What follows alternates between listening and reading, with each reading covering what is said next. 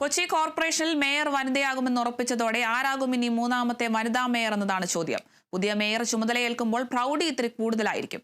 പഴയ ഓഫീസ് കെട്ടിടത്തിലേക്കല്ല, പകരം വിശാലമായ പഞ്ചനക്ഷത്ര ഓഫീസാണ് പുതിയ മേയറെ കാത്തിരിക്കുന്നത്.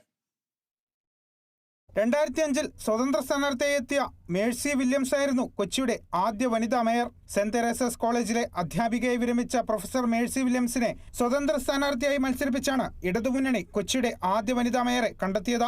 അതിനു മുമ്പ് എറണാകുളം മുനിസിപ്പാലിറ്റി ആയിരുന്നപ്പോൾ ജസ്റ്റിസ് ജാനകി അമ്മ ചെയർപേഴ്സൺ ആയിട്ടുണ്ട്.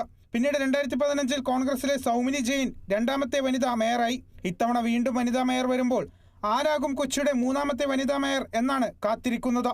മുന്നണികൾ തദ്ദേശ തെരഞ്ഞെടുപ്പിന് മുന്നോടിയായി സ്ഥാനാർത്ഥികളെ പ്രഖ്യാപിക്കുമ്പോഴും ആരാകും മേയർ സ്ഥാനത്തേക്ക് മത്സരിക്കുക എന്നതിൽ സസ്പെൻസ് തുടരുകയാണ്. തെരഞ്ഞെടുപ്പിൽ ജയിക്കുന്ന ആർക്ക് വേണമെങ്കിലും മേയർ സ്ഥാനത്തേക്ക് മത്സരിക്കാം എന്ന നിലപാടിലാണ് CPIM. പറഞ്ഞു കേൾക്കുന്ന പേരുകൾ പലതുണ്ടെങ്കിലും LDFും UDFും ഇതുവരെ ഒറ്റ പേരിലേക്ക് എത്തിയിട്ടില്ല. നേരിയ ഭൂരിപക്ഷത്തിന് കിട്ടിയ ഭരണം നിലനിർത്തൽ LDFിനും നഷ്ടപ്പെട്ടു പോയ ഭരണം തിരിച്ചുപിടിക്കൽ UDFിനും അഭിമാന പ്രശ്നമാണ്.